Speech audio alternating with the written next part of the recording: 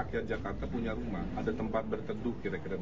Masalahnya tetap di situ atau geser sedikit atau pindah. Yang penting mereka hak untuk tinggal di kota ini, di negeri ini dengan nyaman, aman, kita carikan solusi. Dengan pendekatan problem solving terhadap persoalan masyarakat lebih berguna, lebih penting dibandingkan hanya dengan kampanye atau program yang katakanlah bombastis. Kami nggak akan yang bombastis. Kami akan mengkaji bagaimana baiknya agar JIS bisa dinikmati oleh penggemar Persija.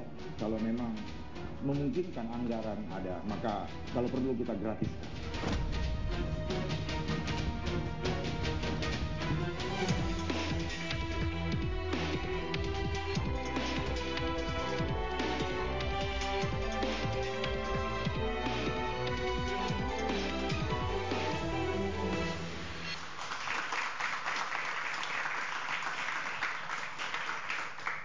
Selamat malam pemirsa, pendaftaran calon gubernur dan calon wakil gubernur DKI Jakarta baru saja dibuka dan kampanye tentu saja masih lama, tetapi janji manis pasangan calon sudah diumbar di mana-mana. Mulai dari sapu bersih, parkir liar, mobil curhat hingga menggratiskan sewa bagi JIS, bagi Persija. Siapa yang akan menjadi jawara Jakarta? Bersama saya Anisha Dasuki. Dan saya Aryo Ardi, inilah interupsi Laga Jawara Jakarta. Siapa juara? Sudah hadir, sebenarnya ada 4 narasumber, cuma baru 3 saat ini yang hadir. Di sebelah kanan saya ada Ibu Siti Fadila Supari, Dewan Penasihat Dharma Kun. Selamat malam, Siti Fadila. Dan di sebelah kiri saya sudah ada 2 orang pria berkopiah. Yang pertama Bang Ruhut Sitompul dari Partai PDI Perjuangan. Selamat malam Bang Ruhut. Dan Bang Rey Rangkuti, pengamat politik. Selamat malam Bang Rey. Malam Bung. Dan pemirsa, kami masih menunggu kehadiran Ahmad Riza Patria, politisi Partai Gerindra yang sempat kemarin mundur juga. Mundur dari bakal calon wali kota Tangerang Selatan bersama Marshall Widianto. Dan selamat datang juga buat para mahasiswa dari Universitas Indonesia. Pemirsa, 3 paslon bakal gubernur Jakarta mengaku sudah punya sejumlah program andalan untuk memikat pemilih.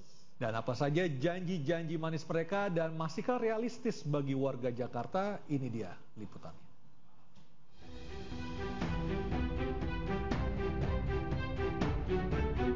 Tiga pasangan bakal calon gubernur Jakarta bersiap memulai laga. Paslon Ridwan Kamil Suswono, Pramono Anung Rano Karno, dan Dharma Pongrekun Kunwardana mengaku telah menyiapkan berderet strategi dan mulai mengumbar janji. Paslon Ridwan Kamil Suswono yang diusung oleh Kimplas berjanji jika terpilih sebagai gubernur Jakarta akan menanam pohon 3 kali lipat lebih banyak, hingga menyediakan mobil curhat untuk menjaga kesehatan mental warga. RK juga menyinggung polemik warga Kampung Bayam yang direlokasi. Penting rakyat Jakarta punya rumah, ada tempat berteduh kira-kira. Masalahnya tetap di situ atau geser sedikit atau pindah. Yang penting mereka hak untuk tinggal di kota ini, di negeri ini dengan nyaman, aman, kita carikan solusi. Sementara itu paslon Pramono Rano yang diusung PDI Perjuangan mengaku lebih mengutamakan diskusi dengan warga dalam penyelesaian masalah ketimbang menjanjikan program yang bombastis. Dengan pendekatan problem solving terhadap persoalan masyarakat lebih berguna, lebih penting dibandingkan hanya dengan kampanye atau program yang katakanlah bombastis. Kami nggak akan yang bombastis. Beda cerita dengan paslon independen Dharma Pongrekun dan Kunwardana. Paslon ini akan menggratiskan penggunaan Jakarta International Stadium jika ada anggarannya. Kami akan mengkaji bagaimana baiknya agar JIS bisa dinikmati oleh penggemar Persija. Kalau memang memungkinkan anggaran ada, maka kalau perlu kita gratiskan. Jakarta, meski menuju bukan lagi ibu kota, pesonanya tetap mencolok banyak mata. Jejak pendukung Anies Baswedan menjadi yang terbesar dari sejumlah laporan survei. Di antara 3 paslon bakal calon gubernur dan wakil gubernur Jakarta di Pilkada 2024. Siapakah calon yang akan mengganti pemilih Anies Baswedan?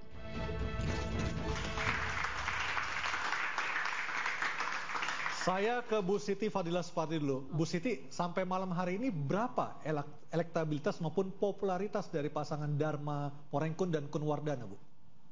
Dari survei yang ada ya.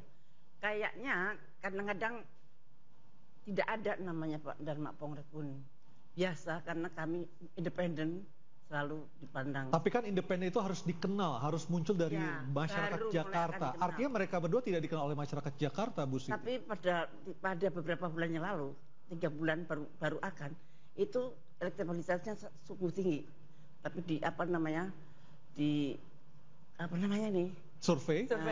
survei medsos. Nah, itu cukup tinggi dan bahkan lebih tinggi dari Pak Anies dan Bu Siti Fadila Supardi sendiri sebelum bergabung sebagai sebagai anggota Dewan Pembina Dharma dan Kun Wardana, apakah Ibu mengenal Dharma Porengkun dan Kun Wardana? Oh ya, sangat mengenal. Dia adalah mempunyai suatu gerakan yang sama dengan kami. Kami itu dalam satu gerakan sehat untuk rakyat Indonesia, di mana kegiatan kami adalah melindungi rakyat dari bencana kesehatan yang disengaja maupun tidak disengaja. Karena banyak sekali kebijakan-kebijakan pemerintah itu kadang-kadang itu merugikan rakyat kecil dan rakyat tidak bisa menyalurkan aspirasinya. Biasanya mentok di DPR, Maka kami ingin membuat suatu alternatif. Kan semua rakyat di Jakarta kan tidak semua menjadi anggota partai. Ada bagian besar termasuk adik-adik ini mungkin juga belum jadi anggota partai. Nah, itu kami memberikan saluran. Mari kita berjuang bersama untuk bersama-sama memperjuangkan, dan yang terutama yang kami perjuangkan adalah hak dasar kedaulatan hidup masyarakat Jakarta. Baik, Ibu Siti, sebelum kita lanjutkan, satu narasumber kami sudah hadir, Bapak Ahmad Riza Patria. Selamat malam, Bang Ariza. Partai Gerindra. Selamat malam, Bang Ariza. Apa kabar? Baik. Apa kabar, Bang? Baik, Bos. Wah, bagus. Silakan sini, Bang. Saya masih mau bertanya ke Bu Siti Fadila. Tadi Bu Siti menyebutkan bahwa memang banyak belum dikenal. Apa jangan-jangan janji menggratiskan JIS kemudian jadi rame, dianggap tidak realistis, itu salah satu strategi buat memperkenalkan. Jadi sebenarnya nggak benar-benar mau menggratiskan JIS. Kenapa tidak realistis? Kenapa tidak realistis? Kita kan independen. Independen itu bebas ya, maksudnya tidak ada yang bukan petugas partai. Nah, kita petugas rakyat. Nah, kalau petugas partai mungkin ada yang ngatur. Tapi kalau independen kita bisa mengatur diri kita sendiri lebih leluasa. Maksudnya tidak harus menurut karena kita petugas rakyat bukan petugas partai itulah. Dan saya kira kalau dihitung-hitung ya masih nyampe. Ya mestinya tidak semua digratiskan, mungkin yang digratiskan yang tidak mampu misalkan, kalau yang mau. Oh, tidak semua Jakmania digratiskan. Nah, ya untuk pendukung Jakmania. Saya ke Bang Rey. Bang Rey, Anda melihat Dharma Porengkun dan Kun Wardana ini seperti apa? Apakah mereka memang cukup dikenal oleh masyarakat Jakarta? Karena dari hasil survei, namanya kedua pasangan itu lebih rendah jauh dibandingkan Pramono Anung maupun Ridwan Kamil dengan pasangan masing-masing. Ini menarik ini, sebab umumnya orang yang mau memberikan dukungan secara personal itu memang orang yang relatif dikenal oleh publik. Misalnya di kasus 2017 yang lalu misalnya, 2017 ya. Kan Ahok mau jalan dan belum ada partai yang mendukung saat itu. Nah, cuman karena Ahok memang relatif sangat populer, dengan sangat mudah Ahok, seingat saya mengumpulkan lebih dari sahabat Ahok waktu itu ada di mall-mall mengumpulkan tanda tangan, membuka counter lebih dari 800 ribu tanda tangan. Itu kan KTP. Itu hampir setara dengan 20 sekian persen dari warga Jakarta. Tapi kalau khusus untuk Dharma Porengkun dan Kun Wardana ini kan faktanya beliau dapat. Karena ini tokoh baru, Bang. Ya, ini faktanya beliau dapat 600 sekian kan, 600 ribu sekian dukungan kan, dan lolos di KPU. Tapi itu kan tidak tercermin dalam survei-survei. Ini yang saya sebut tadi. Ini yang menarik yang saya sebut tadi. Beliau bisa mendapatkan 600 ribu dukungan lebih kan, 617 kan. Kalau kita kali 2 saja. Kan misalnya suami istri atau ibu dan anak, suami dan anak itu kan itu 1,2 juta. Itu artinya kurang lebih udah berapa? 30% mungkin dari total pemilih Jakarta yang relatif cuma sekitar 7 juta pemilihnya gitu. Nah, masalahnya kok nggak tercermin di survei. Nah, ini Itu yang jadi menarik menurut saya gitu. Sebab biasanya orang yang mampu mendapatkan dukungan itu adalah orang yang relatif dikenal. Maksud Abang pencatutan kemarin benar gitu? Enggak, saya nggak ngomong begitu. Ini bagi saya itu menarik sekali ini. Sebab kalau kasus pencatutan itu kan dianggap sudah selesai. Ya kan, artinya disahkan oleh KPU dan tidak ditemukan oleh Bawaslu kan. Dalam pengertian masif gitu ya. Nah itu yang menariknya. Nah kenapa seorang yang sudah mendapat dukungan awal dari pemilih, dalam hal ini independen, tapi justru tidak naik di survei gitu. Baik, saya ke Bang Ruhut. Bang Ruhut menyambung tadi yang soal Dharma Kun akan menggratiskan JIS. Dari PD Perjuangan bilang itu tidak realistis. Kata Bu Siti Fadila realistis saja katanya. Kan bukan petugas partai. Semua calon, saya rasa kita hormati haknya. Mereka bisa memberi janji. Hak untuk berjanji ya? Karena itu ada lagunya. Tapi janji bukan. Jangan sampai hanya mimpi. Kasihan rakyat Jakarta. Jadi menurut Anda janji itu tidak realistis, hanya mimpi saja seperti itu? Ya, itu yang kita khawatir ya. Tapi kaitan dengan Jackmania ini memang jadi rebutan. Wajar. Ridwan Kamil aja siapa yang nggak tahu. Kan kita tahu Ridwan Kamil kan, kalau saya kasih pepatah, mulutmu harimaumu. Bagaimana dia dulu? Ya, dengan Jackmania, karena dia gubernur Jawa Barat, boboto lah segalanya. Sampai ada gesekan, pendukung Jackmania ada yang meninggal. Kan begitu. Dia nggak mimpi partainya akan menugaskan dia menjadi gubernur. Kalau Mas Pramono Anung apakah menjadi Jakmania sejati ataukah Jakmanianya baru muncul ketika ikut dalam pilkada ini, Bang Ruhut? Oh enggak, dia kebetulan mantan, dia aktivis sama dengan saya. Kita sama-sama dari Jawa Barat. Dari ITB dulu kan, Mas Pramono? Dia Dewan Mahasiswa ITB, saya Universitas Pajajaran. Kita aktivis. Jadi Mas Pramono ini benar-benar senior saya. Orang hebat, konseptor, dan saya yakin Ketua Umum kami, Profesor Dr. Haja Megawati Soekarno Putri, dialah yang mempunyai hak prerogatif dan kami tegak lurus menugaskan Mas Pramono dan nggak usah khawatir. Satu konseptor, Mas Rano Karno, eksekutor. Jadi ini pasangan seiring sejalan. Terima kasih. Saya ke Pak Ariza. Pak Ariza tadi masih nyambung soal Jakmania. Ridwan Kamil tuh gimana tadinya bobotoh, kemudian harus ke Jakarta. Berarti mesti usaha keras nih buat rebut suara dari Jakmania. Ya enggak ada masalah ya, kan biasa orang dari daerah. Dulu Pak Jokowi malah dari Solo cuma wali kota jadi gubernur. Ahok dari Bangka Belitung lebih jauh lagi. Cuma bupati jadi wakil gubernur. Apalagi Ridwan Kamil dari Jawa Barat yang dekat dengan Jakarta, pernah jadi wali kota 5 tahun, gubernur Jawa Barat 5 tahun, dan komunitas Jawa Barat di Jakarta banyak. Nggak ada masalah, itu biasa ya. Jadi kita kan mencari pemimpin bangsa kan melalui sebuah proses ya. Tidak hanya harus orang Jakarta, tidak harus orang daerah lain, semua punya kesempatan dari Sabang sampai Merauke, yang penting merah putih, NKRI, cinta tanah air. Sudah ada rencana ketemu Jakmania, Bang Riza? Ya tentu Jakmania ini satu komunitas ya, pencinta sepak bola di Jakarta. Yang penting masyarakat kita juga senang bermain bola, senang nonton bola, dan insya Allah ya, tidak hanya Jakmania, semua pencinta olahraga, semua komunitas dari berbagai daerah ya, kelompok daerah ya, mulai dari Aceh sampai Papua yang ada di Jakarta. Jakarta ini kan sangat heterogen ya. Tentu yang hidup, yang tinggal di Jakarta ya Indonesia, miniatur Indonesia. Jadi siapapun yang menjadi gubernur Jakarta itu harus mewakili semua daerah yang ada di Jakarta atau yang ada di Indonesia. Harus mewakili semua profesi, semua latar belakang. Ya itulah gubernur Jakarta. Seperti juga Presiden Republik Indonesia, dia mewakili seluruh wilayah bangsa dan tanah air.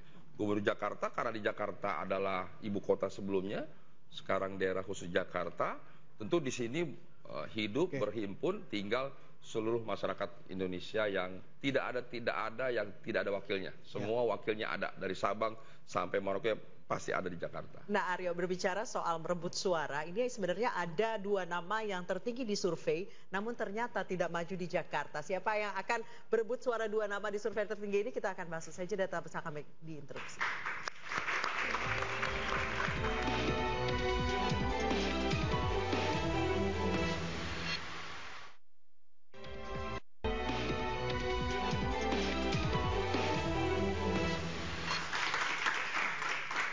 Terima kasih Anda masih bersama kami di Interupsi, dan seperti tadi di segmen awal kita sudah mendapatkan gambaran seperti apa peta dari masing-masing jawara Pilkada DKI Jakarta. Kita akan melihat terlebih dahulu ada suara mengambang sebenarnya yang bisa diperebutkan 3 pasangan bakal calon dan bakal calon wakil gubernur DKI Jakarta. Kita akan lihat dulu, ini adalah survei yang dilakukan beberapa waktu yang lalu. Ini perolehan suara Pilpres 2024 di DKI Jakarta. Anda bisa lihat di sini. Suara Anies Baswedan dan pasangannya ketika itu Caimin 41,07%, Pak Prabowo dan Gibran 41,67%, dan Ganjar Pranowo Mahfud MD 17,26%. Antara Prabowo dengan Anies Baswedan ini hanya 30.000. Ya. Bedanya. Ini berarti suara Anies Baswedan itu sangat signifikan. Iya, dan sangat bisa jadi game changer ya, bisa mengubah peta politik di DKI Jakarta. Saya ke Bang Ray Rangkuti. Bang Ray, Anda melihat dengan komposisi suara Anies Baswedan yang sangat tinggi, bahkan ketika sebelum pencalonan pilkada akhirnya gagal, Anies tetap urutan pertama. Kepada siapa nanti suara ini akan didistribusikan dari ketiga pasangan calon ini? Dalam salah satu survei yang lain kan soal siapa figur yang paling banyak memberi influencer terhadap pemilih di Jakarta menjelang pilkada ini, seingat saya itu Kompas yang surveinya ya. Disebutkan pertama kali itu tetap nama Pak Prabowo ya. Yang kedua Anies, yang ketiga Ahok, yang keempat baru Pak Jokowi gitu ya. Kalau dilihat dari 2 komposisi ini sebetulnya agak berimbang nih. Berimbangnya adalah kan kalau Pak Jokowi dengan Pak Prabowo kan kita sebut saya di satu kubu gitu. Sementara Anies dengan Ahok di satu segi yang lain meskipun belum tentu menyatu gitu ya. Nah, kalau dilihat dari aspek ini, setidaknya PDI menurut saya sudah diuntungkan oleh figurnya Ahok. Karena Ahok kemarin kan hadir bersertaan dengan Prabowo Anung. Karno. Nah, yang menarik tantangannya Ridwan Kamil. Kalau konteksnya dengan figur ya. Kenapa gitu? Karena saat ini muncul sentimen yang sangat kuat ya, alias negatif ya, terhadap pemerintahannya Pak Jokowi gitu, dan mekanisme yang berlangsung di DPR kemarin. Yang untungnya itu diselesaikan, tapi harus Anda ingat bahwa pimpinan sidang saat itu adalah Pak Dasko yang berasal dari Gerindra. Nah, jadi ada situasi yang muncul oleh karena itu pertanyaannya, dengan background politik yang kayak begitu tuh, apakah misalnya daya tarik Pak Prabowo terhadap Ridwan Kamil itu masih akan sama dengan gambarnya atau tidak gitu. Nah, yang kedua tentu saja persis seperti pertanyaan Anda itu, kemana kira-kira suaranya Anies? Nah, kan kita belum tahu persis gitu. Yang pemilih Anies ini kan juga tidak mutlak semuanya sebetulnya Anies kan. Saya kira mungkin setengahnya atau bahkan mungkin lebih dari pemilih Anies itu adalah orang-orang PKS.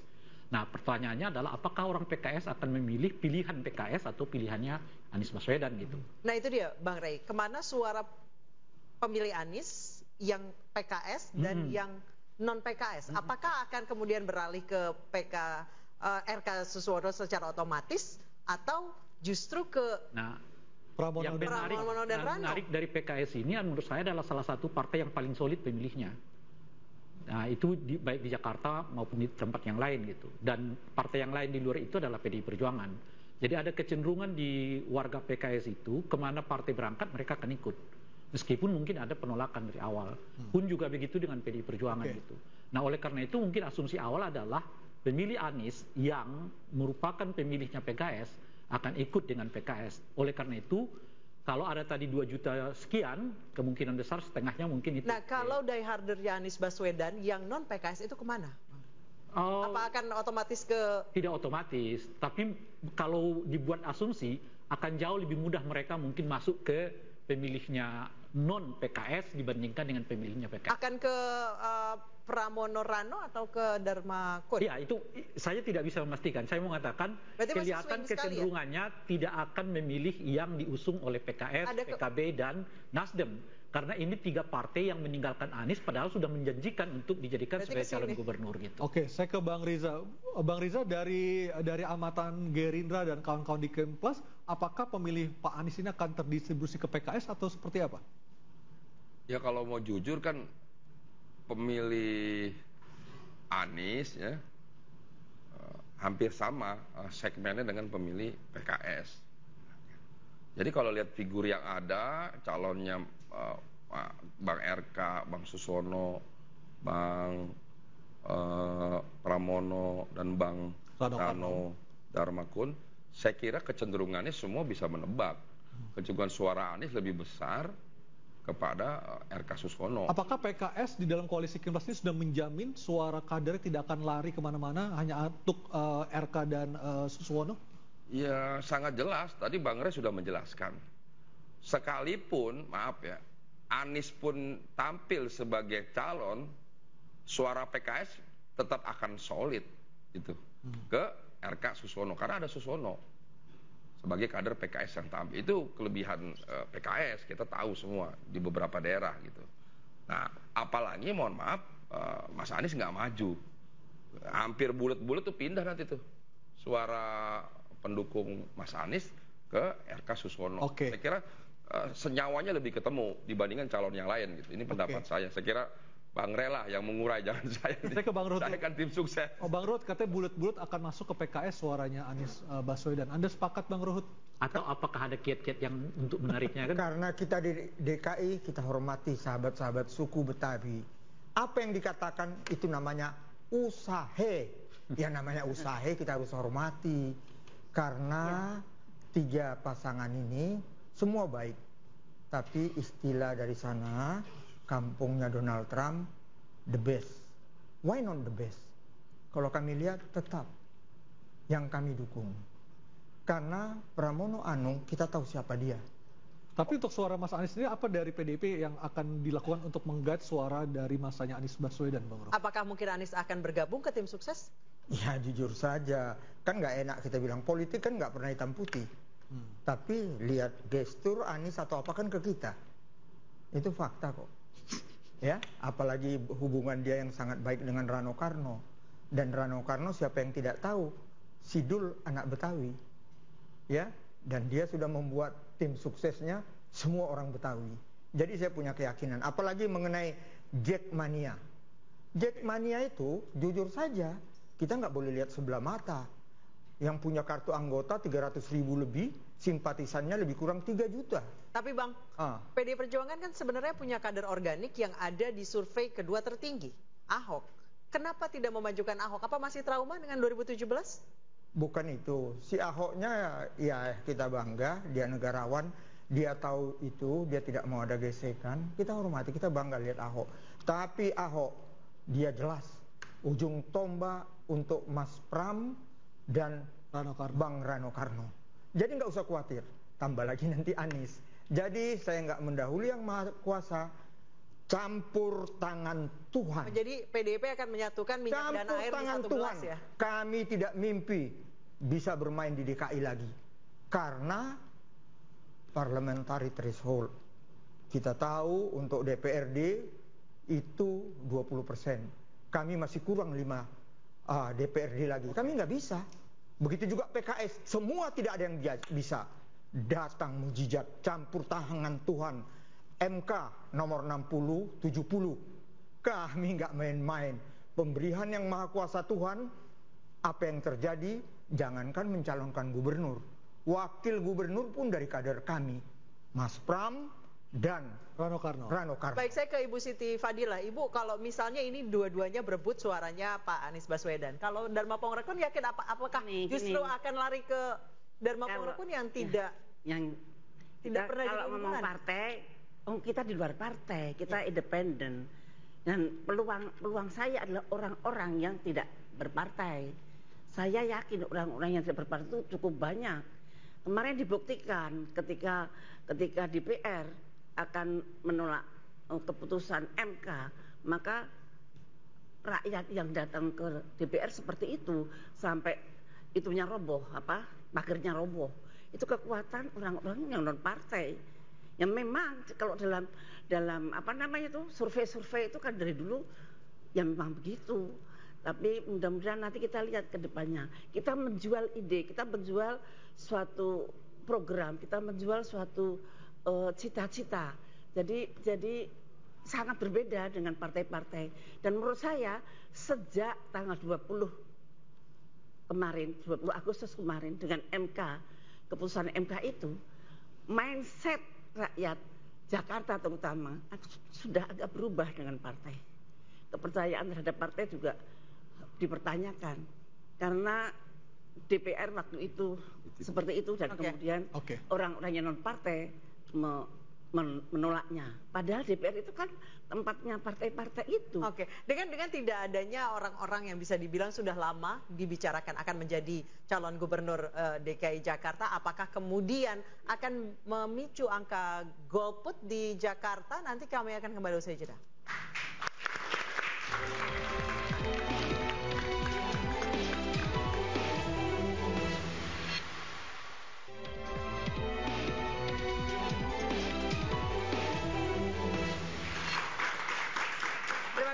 Bersama kami, pemirsa, saya langsung ke Bang Ruhut. Bang Ruhut, pemilihan Pramono Anung katanya sebagai titik tengah antara Bu Mega dan Pak Jokowi, benar? Itu tidak benar, 100%. Nah, tegas saya katakan. Kenapa? Itulah feeling seorang Ibu Megawati. Siapa yang ngira dia tarik Mas Pram? Dan Mas Pram itu memang arsitektur politik. Apalagi kadang-kadang kita masih menghayal kita DKI. Saya garis bawahi, kita sekarang daerah khusus Jakarta. Hanya arsitek lah yang bisa membenahi dengan konsepnya. Siapa itu? Pramono Anung. Pramono didampingi, saya katakan tadi, eksekutor Rano Karno. Jadi cukup dekat dengan Pak Jokowi, hampir 10 tahun jadi menteri. Saya pun dekat. Sekarang masih dekat? Semua. Sekarang masih dekat? Sekarang enggak lah. Karena saya tegak lurus sama Bu Mega. Saya tegak lurus sama Bu Mega. Apapun Ibu Mega ketua umum saya, Jokowi teman saya. Lain dong kita mau ketua umum. Bang Rey, apakah keputusan PDIP mencalonkan atau menempatkan Pramono dan Rano Karno ini sebuah keputusan tergesa-gesa, sebuah keputusan yang terpaksa, ataukah memang seperti Bang Ruhut tadi bilang, dua ini adalah dua orang kader terbaik untuk Jakarta saat ini? Yang kasat mata kita dengar itu kan adalah pidatonya Mas Pram kan? Ya. Mas Pram mengatakan ya dari awal saya tidak disiapkan untuk Jakarta. Dan tiba-tiba dibilang ketika beliau lagi di jalan, di telepon, tiba-tiba disuruh merapat ke Teguh Umar.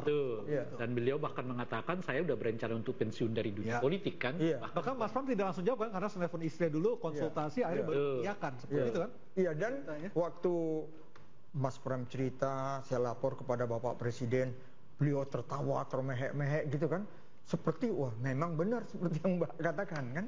Tapi enggak, rupanya 3 serangkai ini, Pak Jokowi, Mas Pram, Pak Basuki, mereka sudah mulai bahas, kamu aja ya nanti gubernur DKI. Oh, jadi Pak Jokowi sebenarnya maunya Pak Basuki? Ya, Pramono Anung juga.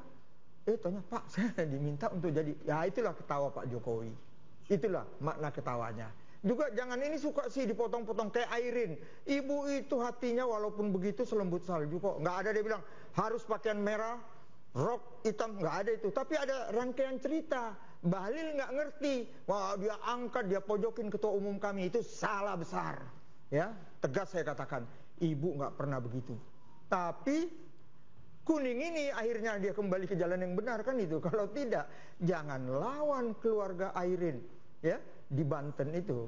Kan begitu. Jadi kami bersyukurlah dengan keluarnya pemberian yang maha kuasa Tuhan, putusan MK 60-70 yang mana teman saya Risa kan mau calon bupati waktu itu. Gara-gara itu nggak jadi juga, dan biar Risa lah nanti ditanya kenapa nggak jadi bupati di sana. Wali kota. Wali kota. Memang ini ada yang bersyukur, ada juga air mata Bombay, tapi nggak apa-apa. Bang Riza, sebagai mantan wakil gubernur mendampingi Mas Anies meskipun tidak full 1 periode, apakah Anda melihat kalau Anda menilai pasangan Pramono dan Rano Karno ini bisa untuk menjawab tantangan bagi warga Jakarta agar menjadikan Jakarta lebih baik lagi? Ya, saya kira Mas Pram, Bang Rano tentu juga punya integritas dan kompetensi ya.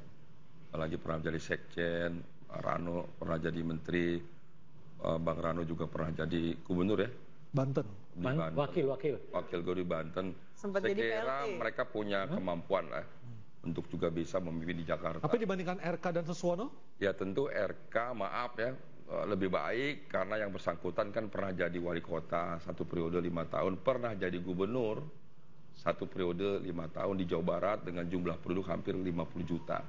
Jadi tantangannya lebih berat daripada di Banten. Tentu melihat dari pengalaman dan tantangan dengan segudang prestasi, Bang RK punya prestasi dan kemampuan yang lebih baik. Jadi Anda Dasar yakin? itulah juga kami kenapa mengusung Bang RK dengan Suswono yang juga mantan menteri di kabinet SBY yang lalu. Jadi Kimplas sangat yakin bisa menang 1 putaran di Pilkada DKI Jakarta? Insya Allah kita bisa menang di 1 putaran. Memang Jakarta ini berbeda ya, dia harus 50 plus 1. Tapi kami optimis dengan bekal pengalaman, prestasi, jam terbang dari pasangan calon dan partai-partai pengusung dan pendukung, insya Allah Bang RK dan Suswono akan menang di Jakarta. Belum mulai kampanye, tweet lama Ridwan Kamil ini sudah dikorek-korek. Biasa, itu juga itu yang namanya Indonesia, Jakarta ini kan kalau bicara medsos mendunia. Nah, itu orang kita ini diem di kamar, di kantor, di mana-mana ya, di kafe, di warung, tahu-tahu main tweet aja pagi siang malam. Jadi itu biasa, itu bagian dari dinamika politik, bagian dari demokrasi yang kita hormati. Tapi kembali kepada rakyat. Pak Ridwan Kamil mengakui ya bahwa pandangan dia akan orang Jakarta ketika itu seperti itu. Ya saya tidak tahu persis ya detailnya sampai seperti itu. Tentu semua punya latar belakang. Yang saya yakini adalah Bang RK ini kan orang yang punya integritas, punya kompetensi, pengalaman, juga di lingkungan santri, sekolah juga jauh sampai ke Amerika. Tentu punya visi, pandangan yang jauh ke depan untuk kepentingan bangsa dan negara.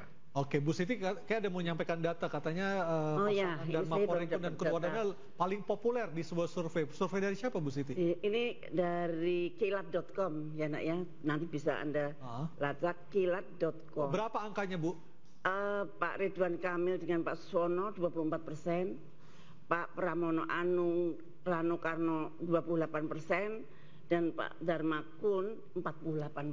Wah, asik. Tinggi sekali ya. Makanya kita itu.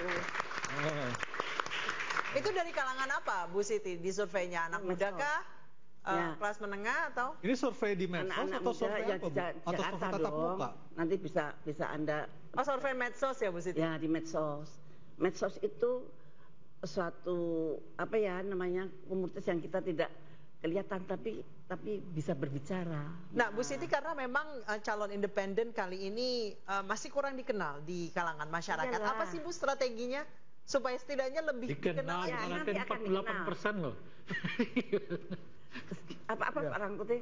Dikenal, itu 48% keterkenalannya. Iya, nyatanya dikenal. Tapi perlu kita bagi literasi bagi pemilih di DKI Jakarta, Bang Rey. Kita juga harus mengenal seperti apa metode, siapa yang disurvei, apakah tatap muka atau lewat survei sosmed. Itu kan juga harus diperhatikan juga. Ya, saya kurang tahu persis kalau yang ini apakah itu survei medsos, apa itu survei yang memang melalui verifikasi metodologi yang tepat dan seterusnya, ya saya tidak tahu. Ya, dan survei ini saya kebetulan bertugas deklarasi apa semua di Kalimantan Tengah. Lihat siapa yang bikin survei. Tapi kebetulan pasangan kami, Haji Nadal Sakoyem di Kalimantan Tengah. Dan Kalimantan Tengah, Pak Hadi, S. Hadi, ya, nyatanya di survei lain dia paling tinggi. Memang survei ini kita harus hormati. Namanya usaha, dia orang kerja, dia dibayar. Hormatilah. Kita saling hormat menghormati. Tapi tetap kami ditugaskan oleh Ibu Mega, PDI Perjuangan itu rakyat, tetap rendah hati, jangan sombong, rebut, menangkan hati rakyat.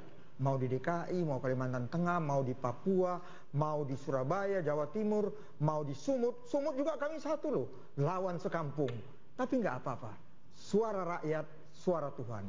Dan Bu Mega sendiri melihat kalau independen ini saya kira ada 2 momentum di mana namanya naik. Pertama adalah karena memang diisukan sebagai calon boneka, itu sedikit banyak membantu popularitas karena dirinya. Seperti deja vu dengan wilayah. Begitu ya.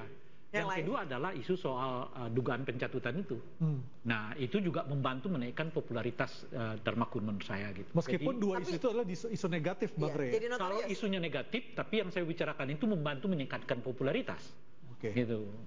Dan nanti yang survei ini setelah program-programnya nanti akan lebih tinggi lagi harapan ya, termasuk tentu saja mengatakan bahwa JIS itu akan digratiskan. Itu lumayan menarik perhatian orang sebenarnya. Perihal itu terwujud atau tidak itu urusan belakangan. Saya kira nanti akan dengan sendirinya akan ada verifikasi. Tapi memang target independen ini menurut saya bagaimana dikenal publik dulu. Salah satunya gitu. Nah, ada yang by design, ada yang nggak, ada yang tidak by design kan. Nah, kalau kasus bahwa independen ini disebut sebagai calon boneka itu bukan by design, itu berkah tersendiri bagi dirinya gitu. Kalau ada kasus yang berhubungan dengan pencatutan itu bukan by design juga, atau by accident ya. By accident. Dan independen ini di tingkat gubernur baru DKI ini. Kita harus 2012 juga ada. Ada almarhum Faisal Basri. Iya, almarhum. Dan faktanya kabupaten kota beberapa independen pernah menang. Jadi kita jangan bilang mereka boneka atau apa. Tapi marilah dengan semangat kebersamaan kita bangun Jakarta. Sebagai sekarang bukan daerah khusus ibu kota, tapi daerah khusus Jakarta. Jakarta punya kita semua. Pilkada DKI Jakarta dikhawatirkan akan tinggi golputnya karena Anies tidak maju. Benarkah demikian? Kami segera kembali sesaat lagi.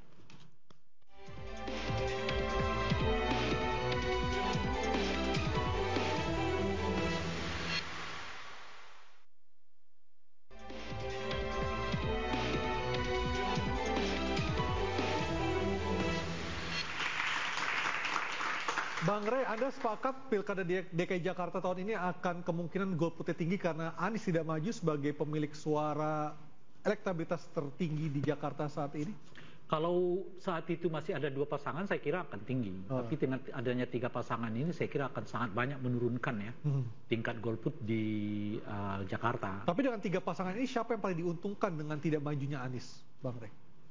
Saya kira mungkin akan lebih banyak ke ke pasangan Rano, gitu. Karena tidak majunya Anies itu kalau dalam kerangka positif mungkin akan banyak pindah ke pasangannya Rano. Karena Pramono dan Rano Karno dianggap sebagai antitesa dari pemerintahan saat ini. Betul. Itu satu. Yang kedua ada proses yang kita sebutkan itu tadi.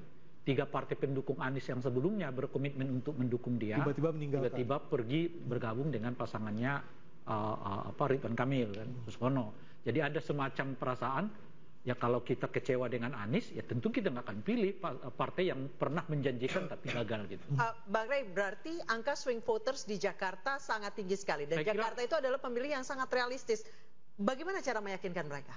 Nah ini yang sekarang ini kan kita beredar semacam himbauan ya. Jadi datang ke TPS coblos semua alias golput itu sebetulnya gitu. Cuma golput dalam model yang lain kan. Nah saya mau mengatakan begini, kalau Anda kecewa kepada partai politik, ya Anda beri sanksi partai politiknya. Kan Anda sebetulnya pemilik kedaulatan kan. Bukan kecewa dengan partai politik berarti Dharma dan Kun yang diuntungkan. Kan ada alternatif. Kan bukan hanya 1 bisa 2. Alternatifnya kan ada 2. Kecuali kalau saya berbicara cuma ada 2 pasangan kan. Kalau saya mengatakan ini tidak, yang lain yang untung. Ini kan ada 3 pasangan. Nah yang saya mau katakan itu bukan dalam konteks itu. Saya sedang menggagas gerakan gerakan jangan golput, gitu. Kenapa? Karena kan ada 43 daerah yang kota kosong. Kalau Anda membiarkan kota kosong itu menang, tidak ada pengisinya. Yang menang ini adalah memang yang menginginkan supaya kota kosong gitu. Nah oleh karena itu datang ke TPS, menangkan dan beri sanksi kepada partai politik yang nggak menemukan haknya untuk mencalonkan orang sebagai pasangan calon gitu. Nah begitu juga mereka yang kecewa terhadap partai politik karena partai politik nggak mendengar aspirasi mereka, berikan sanksi kepada mereka. Pilkada ini adalah pilkada di mana partai-partai politik yang abai diberi sanksi. Bang Riza, kemenangan ataupun suara dari pasangan RK dan Suswono ini sangat bergantung kepada kepuasan masyarakat terhadap masa-masa akhir pemerintahan Jokowi. Apakah Anda sepakat kalau Jokowi isunya positif, maka akan berimbas positif pula terhadap RK. Tapi kalau sebaliknya, tentu akan menjadi negatif untuk RK dan Suswono. Ya saya kira suara Pak Jokowi tidak serta-merta menjadi suara RK Suswono ya. Pertama, setiap partai-partai pendukung itu punya basis masing-masing. Kadarnya beda-beda setiap partai. Kemudian yang kedua, setiap calon juga punya basis pemilih. Bang RK punya basis pemilih sendiri, Bang Susono punya. Kemudian begitu juga Pak Jokowi punya basis pemilih sendiri. Begitu juga Pak Prabowo dan Mas Gibran. Jadi tokoh-tokoh ini dan situasi seperti ini akan memberi pengaruh yang besar Pak Riza, berarti bagi Kim kemenangan RK. Pak Riza, berarti Kim Plus harus memisahkan diri dari Kim dong, Koalisi Indonesia Maju. Kenapa harus memisahkan? Kim Plus itu jadi satu di Jakarta, sekalipun di beberapa daerah berbeda. Tapi daerah lain juga kami Gerindra umpamanya dengan PDIP banyak berkoalisi. Ya. Kami dengan PKS banyak, dengan Nasdem, dengan PKB, dengan P3 itu biasa. Bahkan kami sesama Kim di beberapa daerah, umpamanya di Banten katakanlah yang dekat juga berkompetisi. Itu biasa, itu sehat. Pak Prabowo menyampaikan tidak mesti kalau kita berkoalisi di tingkat nasional, kemudian juga harus semua daerah sama. Ini demokrasi, boleh kita berbeda di daerah-daerah. Makin banyak pilihan makin baik. Itu yang disampaikan oleh Pak Prabowo di Rapimnas kemarin. Iya, kalau untuk supaya tidak banyak pemilih yang golput, apa kiat dari Dharma dan Kunwardana? Menurut saya idenya Pak Dharma itu sangat brilian ya menurut saya. Karena selama ini pembangunan di Jakarta itu selalu menempatkan rakyat atau masyarakat sebagai objek, tidak benar sebagai subjek. Nah, Pak Dharma ini kepengen bahwa pembangunan di Jakarta itu menempatkan rakyat sebagai subjek. Jangan ada kata-kata apakah itu pembangunan modern, apakah itu teknologi modern yang kemudian menggerus kemanusiaan. Oke, Bang Ruhut, dari Pramono dan Rano Karno, bagaimana cara memanusiakan orang-orang di Jakarta supaya pembangunannya benar-benar pro kepada rakyat, bukan pro pada penguasa? Jadi kan seperti saya katakan, Ibu selalu menugaskan kami, Ketua Umum kami Ibu Mega, PDI Perjuangan itu rakyat. Jadi melebur bersatulah dengan rakyat. Dan lihat, hebat nggak? Bahkan saya nggak bilang apa, RK juga meniru. Kenapa? 2 hari yang lalu ketemu dengan para tokoh-tokoh yang pernah jadi gubernur di sini. Pak Edi Nalapraya, udah itu Bang Yos beberapa. Dan kemarin Fauji-Bowo, kemarin RK juga kan. Udah itu sekarang terlihat sekali pembangunan nasional itu. Bagaimana Rano Karno mengangkat masalah budaya, pendidikan dan lain sebagainya. Begitu juga Mas Pram, masalah sandang pangan, ya. Mereka belusukan. Wah, saya juga kaget. Waduh, Mas Pram lebih tua dari aku kok lebih militan. Aku pun harus lebih militan. Kenapa? Aku sama Ibu Siti beda-beda tipis. Umur aku 17, Ibu Siti 37. Kebalikannya tapi ya. Kebalikannya 71 dan 73. Lihat, ibu kita kan semangat banget nih. Aku tadi pagi di TV One ketemu ibu. Ibu, waduh, ini ibu menteri kita loh. Jadi memang umur itu bukan segala-galanya, tapi yang penting hati kita maju terus. Baik, saya ke Bang Rey. Bang Rey, saat ini Jakarta sudah bukan ibu kota, katanya akan menjadi pusat bisnis. Berarti nantinya gubernurnya harus mentingin cuan-cuan bukan rakyatnya. Oh ya jelas tidak. Kalau itu yang mereka lakukan saya kira akan sangat sulit ya. Tapi begini, kalau di Jakarta itu sekira ada 3 segmentasi pemilih ya. Pertama adalah kaum rohawanian yang kita identikan juga di dalamnya adalah kaum etnik ya. Nah di Jakarta itu ada 3 etnik besar kan. Jawa yang pertama, Jawa, Sunda yang kedua, Betawi yang ketiga. Nah, yang lain adalah kelompok intelektual, cendekiawan dan juga budayawan. Dan yang terakhir memang Jakmania. Jakmania ini adalah faktor penting untuk menentukan. Kita akan lihat juga kemana suara Jakmania akan diberikan, Nis ya. Iya, kita juga akan nantikan siapa yang mampu mengambil hati warga daerah khusus Jakarta sekarang. Kami akan kembali pekan depan. Saya Anissa Dasuki. Dan saya Aryo Ardi. Selamat malam dan sampai jumpa.